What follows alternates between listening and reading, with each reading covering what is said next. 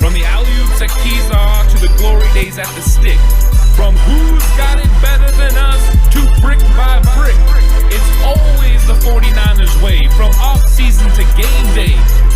Yeah, we talk back. It's the 49ers Cutback.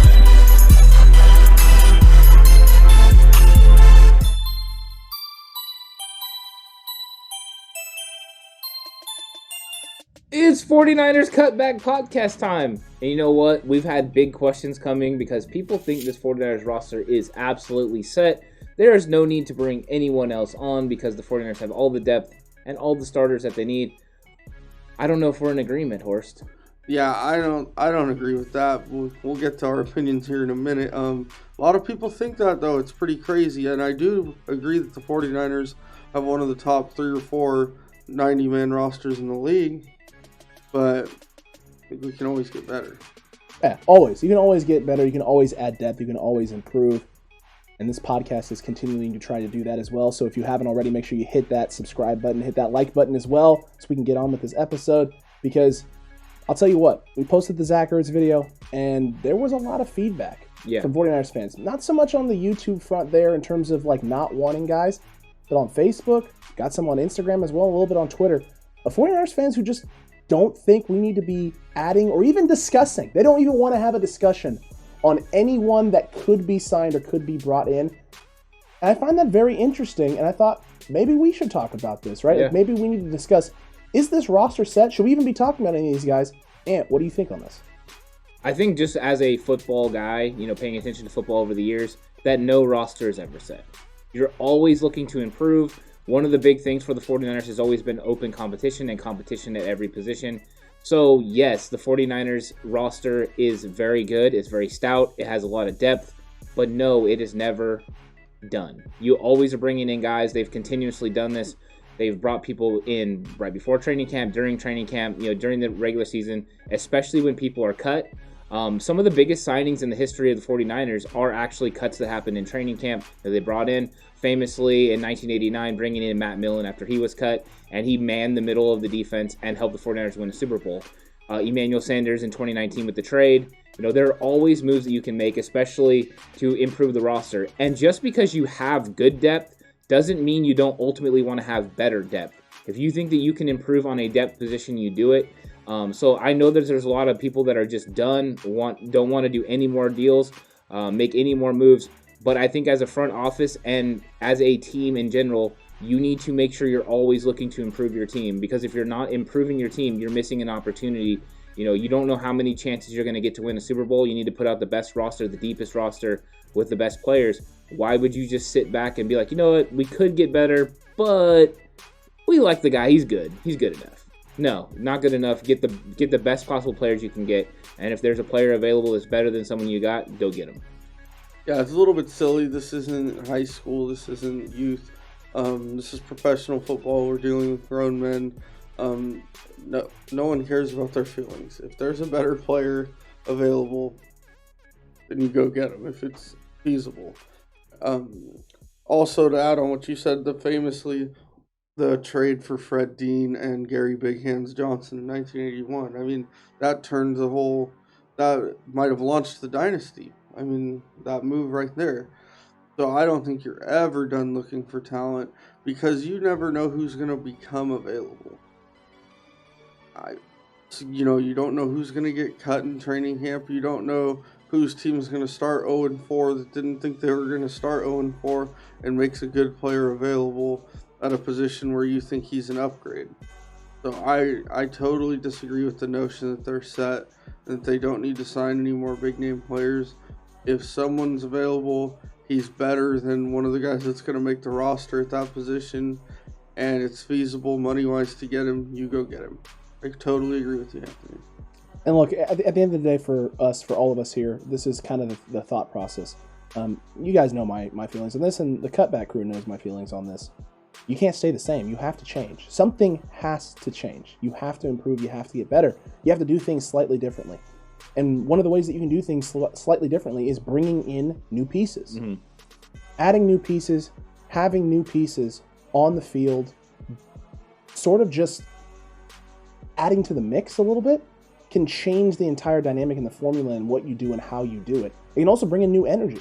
We saw what Emmanuel Sanders did to this wide receiving core in 2019. 100%. We've seen what you can do when you trade for a certain guy. I mean, look what Jimmy Garoppolo did, the trade he did, and how much things changed just in the quarterback room and the offense's competency level once he got on the field. If you're not getting better, you're dying. You're dying in this league. You're dying in the sport. You have to improve. You have to make changes. And this is why I think all of us are on the same page here on this, and this is why all three of us believe, yes, this roster is great. I think all of us could make an argument, and all of us would want to make the argument, that this 49ers roster might be the best roster in the NFL. Mm-hmm. It's an argument. But there's no reason for them to not make moves. Right. It has to obviously be the right move. And so whenever we talk about guys that they could potentially sign, we talked about Zach Ertz, for example, it had to be the right move, right? We're not going to give up a second-round pick or a third-round pick for this guy. Exactly. But if you start getting into that fourth, fifth-round pick range, and the money works, and the money works out, and it would only be for Ertz $4.2 million, roughly, that the Niners have to eat this year. And there's nothing else after that, so you'd free up cap space for years down the road. If it works money-wise, if it works capital-wise or player-wise in terms of what you have to get up, why wouldn't you make a move? It makes sense. Yeah, and I think anytime you're looking at positions of depth, look at the defensive line, how much they've improved it. But if you're looking at the secondary right now, yes, we've got the rookies, Ambry Thomas and Deommodore Lenoir, and we got Dante Johnson. If you could improve on Dante Johnson, why wouldn't you do it? Why wouldn't you bring in somebody else that is maybe a little bit better? That is the thing. You can look at what they've done at the safety position. They have 100% made the safety position even way better. Corners, way better. They're doing that, but they need to add. They still have a couple of spots they can do that. Why do you think Michael Pruitt got signed? Because they felt maybe he could be a better possible option than Charlie Warner. So what they're doing is trying to make sure they have all these guys in the right spots. You always are looking to improve the entire depth, not just the first two guys. That is one of the biggest arguments that I've, kind of heard is that, well, our first two guys are really good. Yeah, they're really good, but we could have so much better at the 3 spot because in the 49ers offense, for instance, the third guy, he plays a lot. Sure. The tight end. He plays a lot. So they need to make sure they always have somebody that's equivalent and able to handle it. And why not have the best possible guy? Well, it's not just that, but as we learned last year, real quick, that third guy can even become your first guy. It's true. And I don't want Charlie Warner playing as the starting tight end. I'm nothing personal. I'm not a negative guy, but Charlie Warner is not ready to be a first-string NFL tight end. And as much as I don't want to see it or don't want to jinx anything, it's 2 plays away from that happening. I'd much rather have a more experienced guy in that position. Or it'd be Dwelly, right? If Dwelly was the third guy right now. Yeah, I'd be extremely happy with Ross Dwelly as third tight end. If he was the third guy who, like you said, Horse, is 2 plays away from being the starter, I think we're all okay with that. Right. I think I'd be extremely happy with that because I think Ross Dwelly's a good player. But he hasn't shown anything that makes me think he's a bona fide solidified 2. He's gotten better, don't get me wrong, but last year was kind of the year for me that he needed to really pop. And while some of his numbers are better, he started significantly more games than he did in his second season and garnered 2 whole more targets. Mm-hmm. That's not a good thing. I know his yards went up and I know his catches went up, but the number of times that they threw to him went down. And you can blame Nick Mullins all you want. You can blame C.J. Beathard all you want for that. But he also wasn't getting a lot of separation, wasn't getting open on the times that I did see him out on the field. So there's questions there, and it's not just Warner, it's not just the tight end room. I think Dwelly or Warner. This defense as a whole, the cornerback room in general, there's questions about. The safety room, they've been making moves, right? The running back room with some of the injuries they've already had. Last year especially, man. Shanahan has shown he'll go through running backs. That's what I was going to say is the running backs are a perfect example because I think coming near draft time, whenever they signed Gallman. So let's say we go to the day before that. I think everyone would have said the running back room is a strength, even before that. Yeah. What did he do? He brought in Gallman, drafted 2 running backs. Mm-hmm. Iron sharpens iron.